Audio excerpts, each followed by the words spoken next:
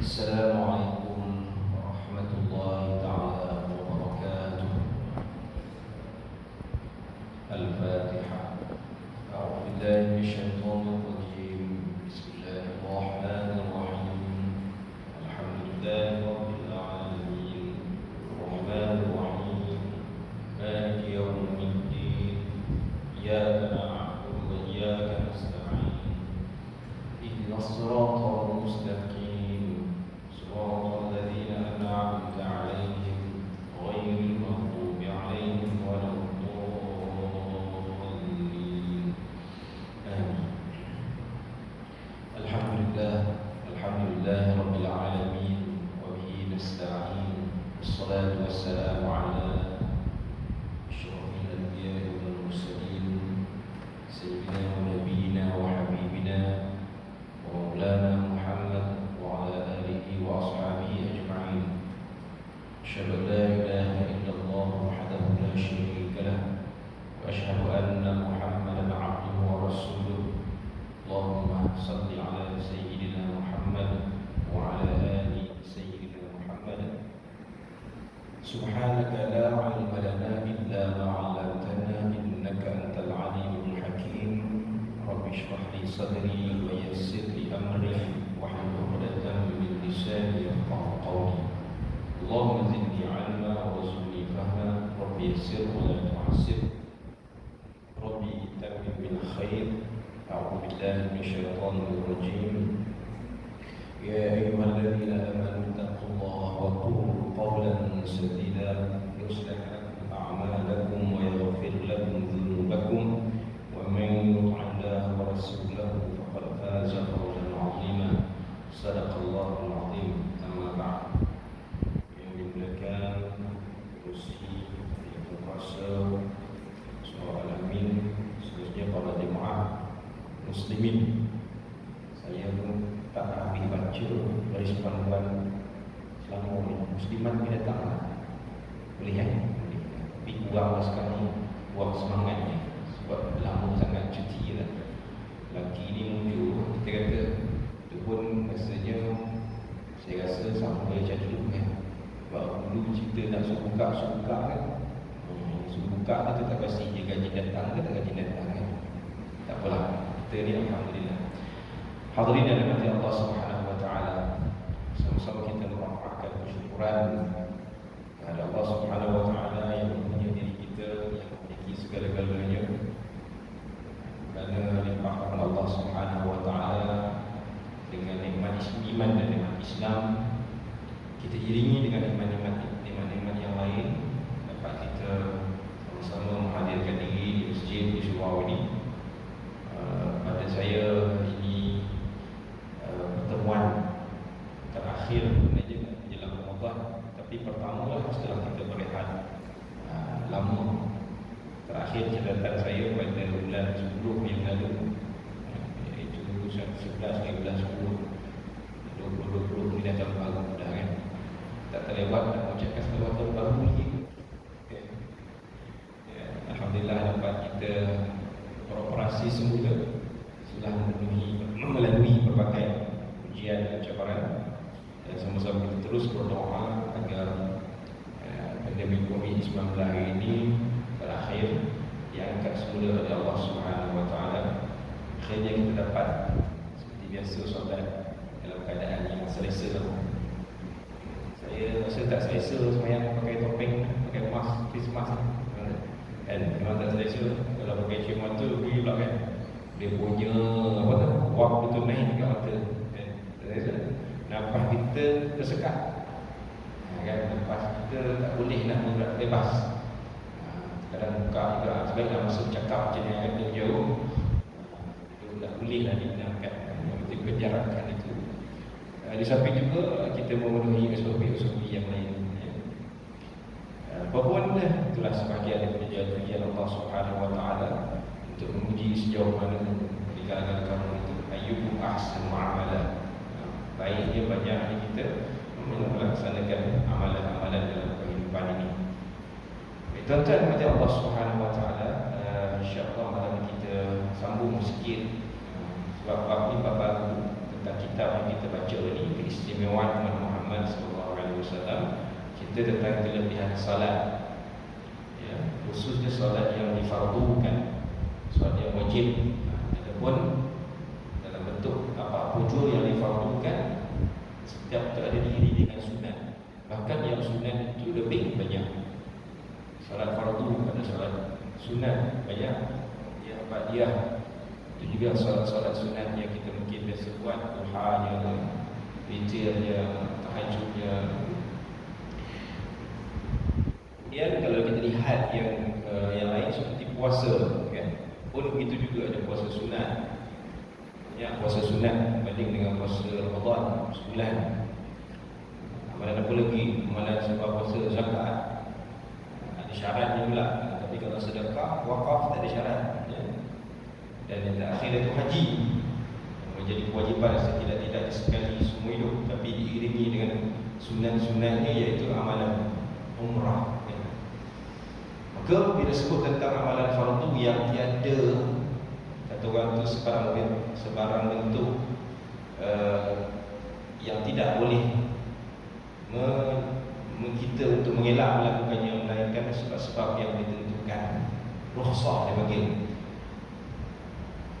Dan kita laksanakan solat-solat sunat sebagai yang dikatakan amalan-amalan sunat, sebagai amalan tambahan yang untuk melihat sejauh mana kita ini sentiasa ingat kepada Allah Subhanahu Wa Taala, dan juga tanda syukur kita kepada Allah Subhanahu Wa Taala, dan mungkin disebut oleh para ulama menutup kekurangan-kekurangan yang ada pada ibadah-ibadah fardu.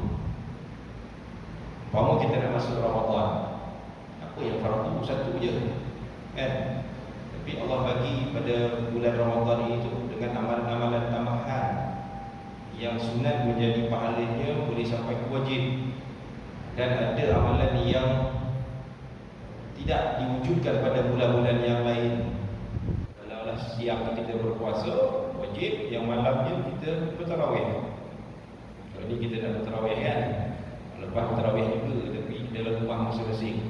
Itu pun susah juga nak buat, sebab imam ni kalau di masjid seorang dua je, tapi kalau ramai di masjid yang besar-besar bisa sampai 10 orang, kan, gili-gili. Tapi kat rumah, kat sebuah masjid ni 3-4 orang, biasa betul lah orang. Kita jarang jadi imam kat masjid. Beberapa kali ni, kali yang itu tak boleh dah, boleh solat kat masjid, kita jadi imam kat rumah. Time tu dah menguji. Baru tahulah isteri kita kata, kita ni, isteri kita baru tahulah macam mana kita boleh ke tak jadi imam. Bagi yang tak biasa, yang biasa okey je, kan. Macam itulah isteri buat penilaian suami punya bacaannya okey ke KO, contohlah, kan. Kita berpuasa siang hari, kemudian malam kita beribadah tarawih yang sunat, tak ada pada bulan yang lain. Sebab Ramadan ini dia datang bukan untuk puasa sahaja, dia datang untuk amalan-amalan yang lain. Dan dituntut sangat-sangat kita mencari 10 yang terakhir, disebut malam Aqad, yang tak ada pada bulan yang lain. Kerana sebab itulah kita ini perlu menggunakan kesempatan. Kita doa, imam kita doa tadi, kan, barik lana fi Sya'ban, katilah kami pada bulan Sya'ban, dan balighna, temukan kami pada bulan Ramadan. Sebab kita berdoa macam tu, sebab kita tahu kita ini bila-bila masa saja akan diambil dari Allah Subhanahu Wa Taala. Mudah-mudahan kita dapat panjang umur. Panjang umur tu satu, kemudian kalau tak sihat ini juga. Sebab kan bulan Ramadan sihat boleh makan, tak sihat tak boleh makan. Boleh tidak digunakan rusak tadi tu lah. Lagi nak ibadah-ibadah yang lain, dia dah makan, kita kata dah tak seronok dah nak buat ibadah ni. Sebab siang kita dah hidup dengan puasa, tiba-tiba malam dah buat tarawih, atau kita kata makin siang tu kita tak puasa, malam nak tarawih, rasa tak seronok dah, kan. Dia mesti nak puasa juga, tapi kita nak tarawih.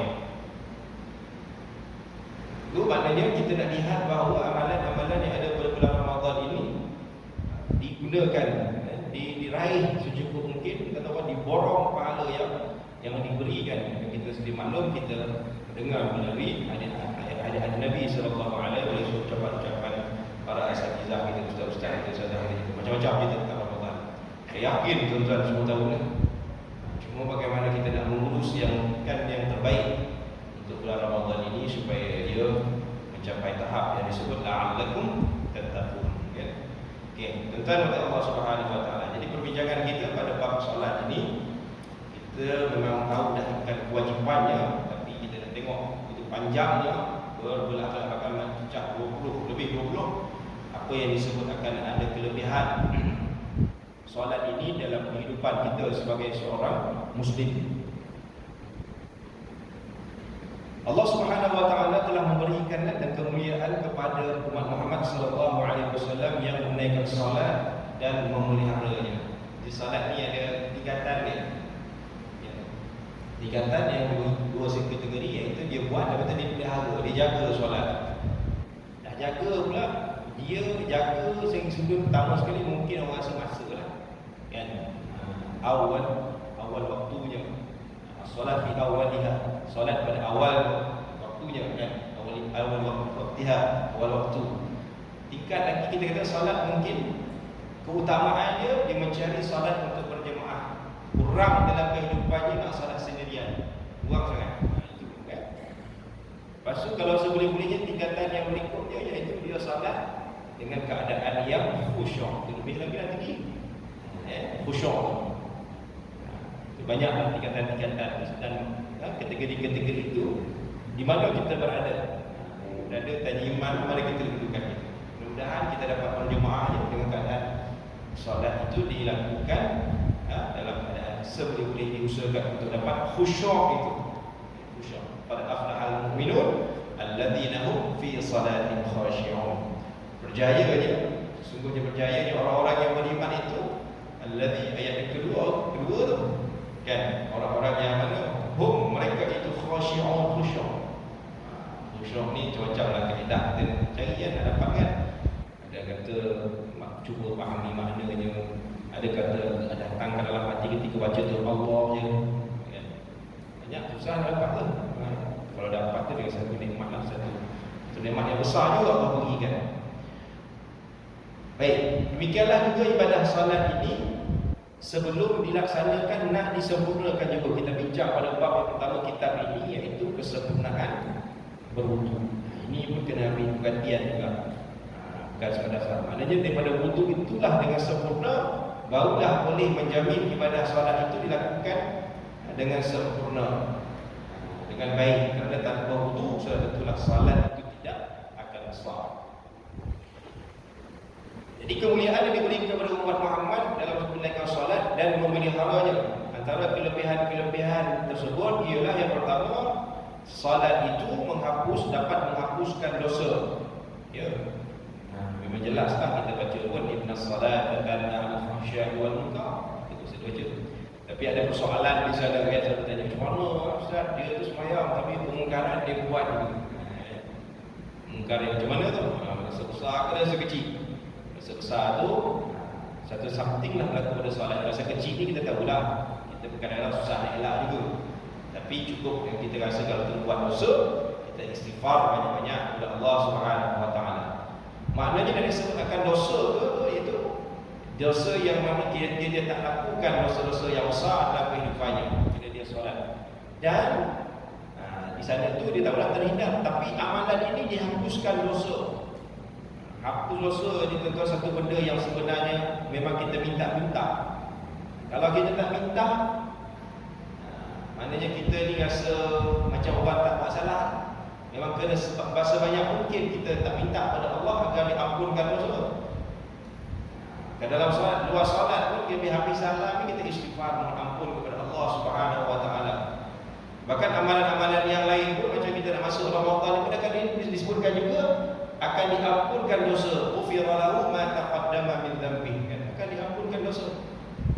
Tujuan apa untuk diampunkan dosa? Sudah tentulah dengan bersihnya kita daripada sebarang bentuk kemungkaran dan dosa. Dan nyatalah di sana tempat ni kita kata syurga Allah Subhanahu wa taala bersama dengan para sahabat, para nabi, para anbiya dan juga para sahabat, para orang saleh.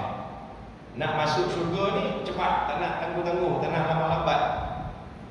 Jangan pula kata tak apalah masuk neraka dulu. Jangan cakap, dia kata lintas pun. Biar ada orang cakap macam tu. Tak apalah masuk neraka dulu, sebab masuk syurga juga kita ni orang Islam. Alhamdulillah, hujah namanya. Situ pun dah rosak dah dari sudut akidah ni. Pada kita matlamat kita memang nak syurga. Tak ada dah matlamat kita ni nak singgah ke mana-mana. Kalau boleh cerita tentang panjangnya akhirat itu, dan sehari di akhirat bersama dengan 1000 tahun di dunia, mampukah kita untuk melaluinya sehari di akhirat? Maka seminit, sesaat pun rasa macam itu beban sangat. Kerana sebab itu kita tak nak lama di akhirat pula. Akhirat dia panjang. Kalau kita rasa dunia ni macam lama 1440 tahun Hijri lah kan. Yang Masehi lagi pula, ada lagi zaman sebelum lagi kita tengok usia Nabi-Nabi terdahulu, ada yang cepat cecah 1000 tahun. Lama dah muka bumi ni kan. Tahun dah tak terbilang dah tahun ni, tapi banyak tahun dah, berapa ribu tahun dah. Itu pun mungkin tak menyamai lagi hari akhirat. Tak menyamai. Kerana sebab itu kita dah berjumpa dengan Allah Subhanahu Wa Taala, dihitung segala amalan. Kita nak melalui titian sirat yang panjang juga perjalanan dia. Biarlah sepantang kita cepat masuk, kerana di bawah sana ada neraka, kita tak nak jatuh. Kan? Masuk kita nak mengangkat-angkat. Kan? Kita nak segera masuklah syurga kita dalam keadaan yang dimaksud dukhuluha bisalamin aminin. Masuklah kamu ke dalamnya dengan sejahtera, aman. Tuan-tuan baca surah Al-Waqiah. Sini pun dah baca surah Al-Mulk kan. Alhamdulillah, insya-Allah kita baca ramai kan. Tapi tahlil dulu lah kot kan. Tahlil dulu kan. Kita baca ramai-ramai. Tak baca kat sini, baca rumah. Memang sebut surah Al-Mulk ni hadis beritahu. Baca satu Quran tiap hari, maksudnya kita baca satu muka lazimi, tak tinggal tu bagus dah. Sahabat dengan Quran. Sebab segala amalan yang akan pergi dalam kubur besok khususnya. Di akhirat apa cerita dia nak Quran? Kalau baca Quran akan jadi datang sebagai syafaat dulu lah. Ya'ti yaumul qiyamah syafi'an li ashabihi biqra'ul Quran. Jika diqra'ul Quran, bacalah kemudian dia akan datang kepada kamu sebagai syafaat inilah yang kita akan bersama-sama dengan para rasul, khususnya Nabi kita Muhammad SAW, sebab dia datang bersama dengan Quran. Time itulah kita boleh segera masuk syurga Allah Subhanahu Wa Taala. Dalam kubur macam mana pula? Semua amalan akan bagi kami, tapi Quran akan jadi protectionnya. Sebab hadis sahih sebut siapa yang beramal satu nunduk. Kalau tadi tu tak mungkin, tak mampu untuk beramal surah-surah yang lain, kalau boleh beramal lah kan. Jadi kalau sahabat baca surah Al-Mulk, jangan tinggal. Tak boleh tak sempat dekat masjid, kat rumah baca sebelum tidur. Biarlah segala kebaikan ni buat cepat-cepat. Buat baca ramai-ramai. Mereka tahu kan, kita pun tak tahu kan. Buat baca kan. Lama-lama kita boleh terhafal dan teringat dengan sendiri. Malam yang aku boleh baca surah Al-Mulk lah. Kita jaga tidur, baca surah Al-Mulk yang 30 ayat, yang sebenarnya lebih pada 5 minit je bagi orang yang baca. Baca selalu, lama-lama dia akan jadi macam surah Yasin lah. Senang masuk dalam kepala kita, hafal dengan sendirinya. Dalam surah Al-Waqiah ni, antara yang disebut juga oleh Nabi, elok dibaca setiap malam. Kalau kita lihat pada muka surat yang pertama, surah Al-Waqiah 1 hingga 16 itu, ada 4 situasi yang Allah sebut. Yang agak menarik sebenarnya kalau kita tadabbur ayat itu. Situasi yang pertama, Allah cerita tentang hari kiamat. Walaupun nama surah itu surah kiamat, Waqiah ni kiamat, tapi sikit je kiamat. Lepas tu Allah cerita situasi yang kedua, ada golongan yang disebut golongan Ashabul Yamin, Ashabul Shimal. Ada orang yang sebelah kanan, ada orang sebelah kiri. Kanan masuk syurga, kiri masuk neraka. Lepas tu dia kata, ayat juga, ulaikal muqarrabun, khususnya orang-orang yang sebelum tu dia kata wasabiqun as-sabiqun. Ayat ketiga dalam ayat daripada 16 ayat tu dia cerita tentang orang yang as-sabiq, orang-orang golongan yang berlumba-lumba, orang yang pada hidupnya dulu buat kebaikan, hidupnya di dunia. Kan ada ayat yang kata kalau buat kebaikan ni fastabiqul khairat kan, surah Al-Baqarah tu, berlumba-lumba buat kebaikan. Fastabiq, orang yang mana hidup buat kebaikan, lalu disebut mereka itu ulaikal muqarrabun. Orang itu adalah orang yang dekat dengan Allah Subhanahu Wa Taala. Bila dekat Allah Subhanahu Wa Taala, maka dekat golongan yang disebut yamin tadi, maka sebut dari fi jannatin na'im, maka masuklah dia dalam syurga. Syurga yang macam mana? An-na'im, yang banyak sangat nikmat-nikmat. Lepas tu dia cerita tentang satu-satu nikmat Allah Subhanahu Wa Taala. Itu baru separuh, dapat 3 suku daripada surah Al-Waqiah. Maka satu-satu pula selepas tu cerita tentang nikmat-nikmat yang ada pada dalam syurga, hari agak, tidak menginginkan, tidak memabukkan. Ada yang mutiara, ada yang kita betul di pokok sidir, pokok bidara, ada kata yang tidak berduri, yang berada dekat dunia ni berduri. Cerita tentang nikmat-nikmat kan, segala nikmat. Elok dibaca. Kata Nabi, siapa yang baca suratul Waqiah setiap malam akan bebas daripada kesusahan dalam hidup dia. Susah ni bukan soal susah wang ringgit betul itu kan. Susah hati lagi parah daripada tak ada duit ni kan. Pada duit susah dalaman ni. Selalu digunakan kalau orang belajar yang kita berbadan Islam, kata ayat ni keramat akan memudahkan urusan hutang piutang. Ya. Nak selamatkan kita daripada bebanan hutang, amallah baca suratul Waqiah. Dan juga dia disebut juga adalah jalan untuk membuka rezeki. Bukan kita sebut sembahyang duha aja. Sembahyang duha pun kalau kita jumpa solat duha dalam kitab ni diberikan, tak ada pun sebut secara khusus sebut tentang dibukakan pintu rezeki, tapi dijadikan tahulah kita lah gambar-gambar mana siapa yang solat duha. Ada pula yang ulama yang mengusul solat duha ni kan. Disebut pun dalam nasyid yang dibuatkan, yang dilakukan dekat IQ tu. Kalaulah rezeki itu di langit, fa'anzil turunkanlah kan, ada doa tu. Tapi bukan sekadar nak rezeki dimurahkan, bahkan solat duha ni ada kelebihan-kelebihan lain. Itu kita akan jumpa pada masyarakat datang. Panjang tak jumpa, cari tahu dulu ni ada buku kan. Kita tahu buku tu pergi pada letak darat, suruh ke mana kan. Tak apalah, kita baca lah. Kalau kita baca buku, kita sama-sama khatam, jumpalah kita tentang kelebihan solat duha ini. Sambung lagi cerita tentang mana solat ini menghapuskan dosa. Allah petik, Allah menggambarkan melalui surah Hud ayat 14, wa aqimis salata tarafain nahari wa zulafan minal lail innal hasanati yudhibna as-sayyi'at dzalika dzikra lidz-dzakirin. Ini pengarang ambil daripada ayat ini. Allah kata, dan dirikanlah salat tarafain nahar, waktunya bila solat tu iaitu waktu siang.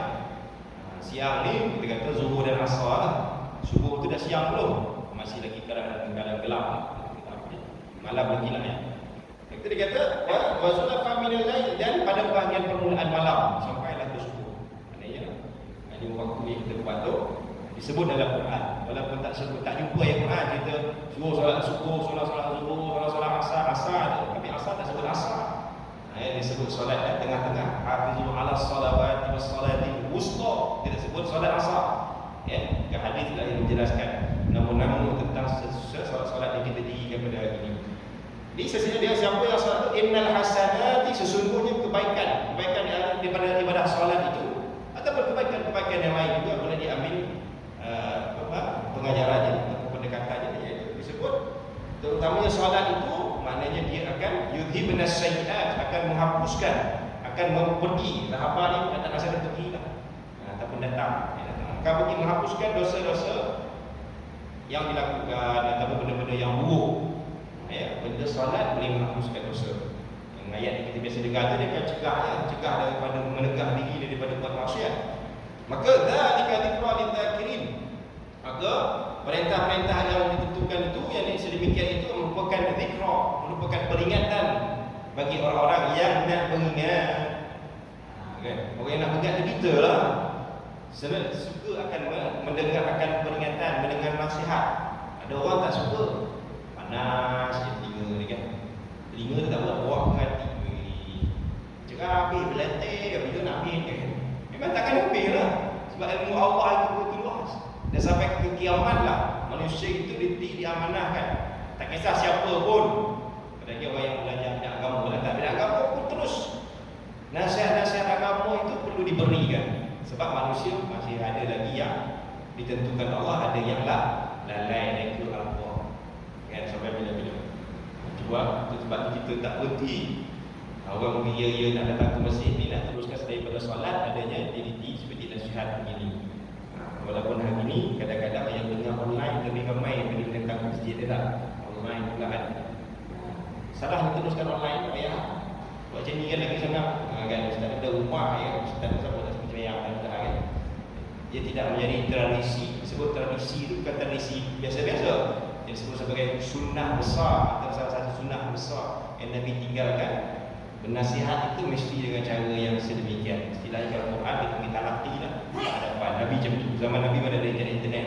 Sebab kita tahu bahawa dalam banyak-banyak hadis, antara hadis yang terbanyak tentang fadilat kelebihan orang yang bukan duduk sahaja, bermula daripada niat di rumah dan datang nak memastikan kita dapat pahala dengan cara belajar.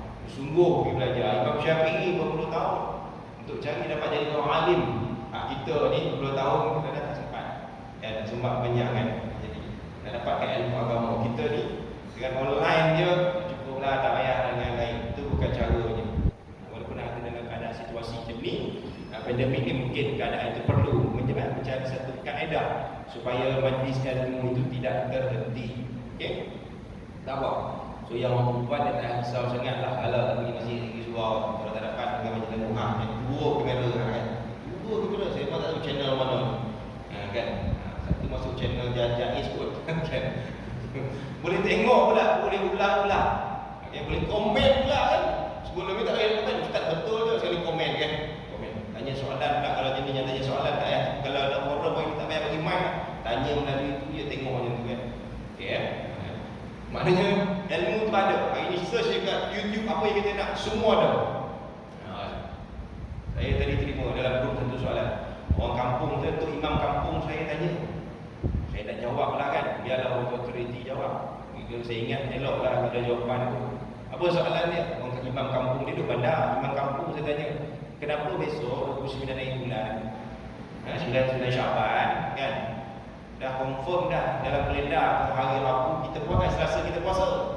Kenapa perlu tengok anak bulan juga? Ya tak ya kan? Buat dah confirm dah. Kan? Macam mana pula kan? Kena jawab tuan-tuan. Ikutlah kalender. Masuk je lah kan? Kalau orang ngaji dia tahu lah jawapan asasnya. Pertama sekali syarat dia mesti ru'yah hilal. Nampak tak nampak tu cerita nombor 2. Tuan-tuan pernah ada data tak? Kan? Tanya dengan dosa pun tak buat. Tanya tiba-tiba setiap negeri ke seluruh Malaysia ada tak data dalam sepanjang punya tahun ni. Ambil lah kalau kita tahu sejak merdeka tu kan. Ataupun zaman sekarang ni dah ada zaman kalau jawatan mufti tu ataupun jadi falak apa-apa dekat universiti ada bagian falak tu pakai teropong dah. Tengok ada bulan. Gagak berapa kali yang boleh nampak, yang nampak mana tempat yang disebut pergi pun tengok anak bulan. Kalau lebih 9 Teluk Kemah ni. Sekarang ni, sekarang lah bila dah ada KLCC tiap kita tahu kita tengok pula bajet kata kat dulu ada benda-benda ni tak ada kan. Orang alim tu, tapi ada keadaan zaman-zaman orang alim yang faham, yang memang hebat dekat dengan Allah Subhanahu Wa Taala, macam zaman difahamkan zaman Mufti Negeri Sembilan Syekh Ahmad. Dia zikir beribu-ribu solat tak berhenti-henti dalam tempoh beberapa hari sebelum nak tengok anak bulan Ramadan khususnya ataupun raya. Dia akan solat. Dan sehingga diceritakan, dikhabarkan dia boleh nampak dengan mata dia sendiri dan tak boleh tengok teropong. Zaman dulu tu tak ada lagi tu. Sekarang pakai teropong, tuan-tuan ada rasa agak-agak yang declare oleh penyimpan rumah besar tu, agak orang nyata agama pergi tengok tu. Kata macam tu, dia tengok agak nampak ke tak nampak? Tak nampak. Alasan ni kena alasan cuaca lah kan. Tak nampak pun. Tapi oleh kerana ada kaedah yang kedua dikira sebagai hisab. Dan kita kena faham. Saya pun baru ada orang saya kata, tahu tak sebenarnya ru'yah hilal bukan nak nentu pergi tengok bulan Ramadan dan dah raya je. Menetapkan tu gaya haji. Tapi gaya haji boleh dah bulan tengok 10 hari bulan je. Takkanlah 10 hari bulan 9 hari bulan nak pergi tengok. Dia mesti tengok setiap hujung bulan. Dia bukan nak tengok bulan Ramadan dan Syawal. Dia akan pergi tengok setiap bulan.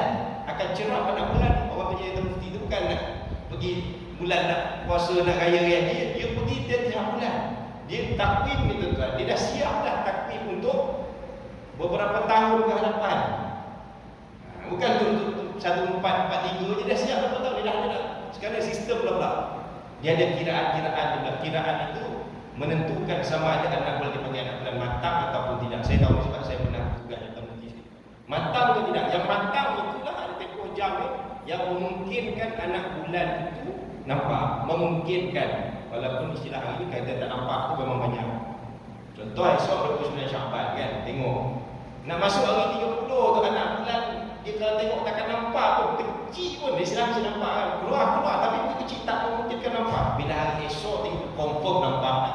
lebih daripada tempoh matang tu. Saya pun tak ingat berapa jam tempoh matang. Siap 8 jam ke atas kot. Mungkin masuk hari ke-30, 29 mungkin anak bulan baru 2 jam. 2 jam masih kecil lagi lah. Kan nampak. Jadi tak boleh nak istirahatkan puasa.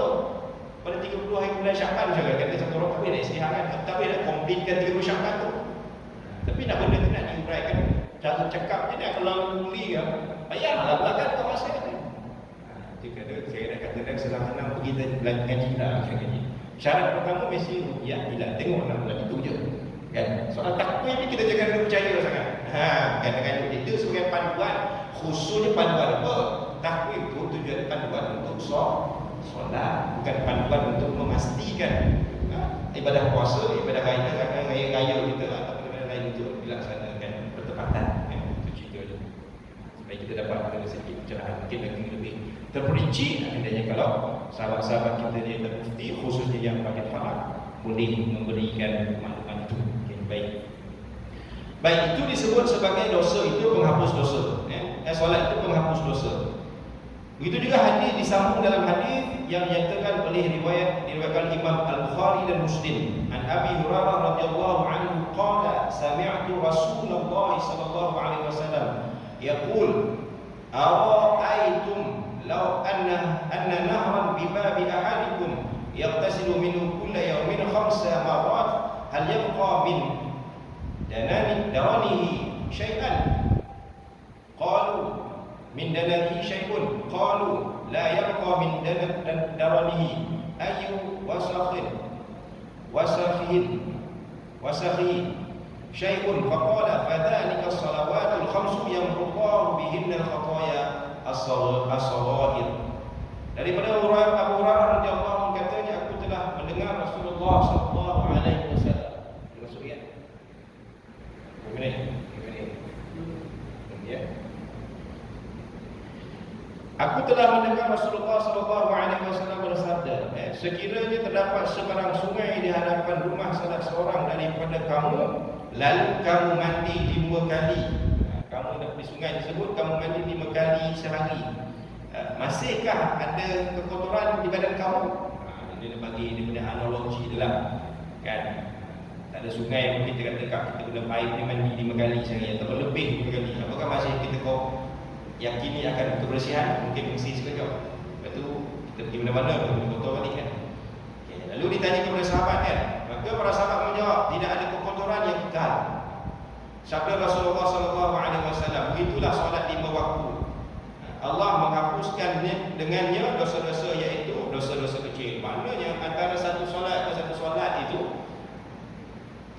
sepanjang kita solat subuh, nanti ke zuhur lama masa tu kan. Dan tempoh lama agak-agak ada tak kita buat solat? Ada tak kita buat dosa? Ada. Itu sebabnya dia pergi solat-solat sunat kan. Solat antara subuh ke zuhur tu kan panjang. Tu kita buat solat duha. Ya. Itu tidak zuhur ke asar pun panjang juga 3 jam kan. Boleh juga buat maksiat. Kadang kita ni bukan tunggu 3 jam, kadang beberapa second kita dah boleh buat maksiat. Habis mayang kadang-kadang dah datang maksiat tak?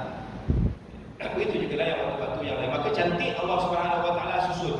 Tengok waktu isyak kan, bawa ke subuh. Memang waktu sebagai kebiasaannya manusia itu berehat.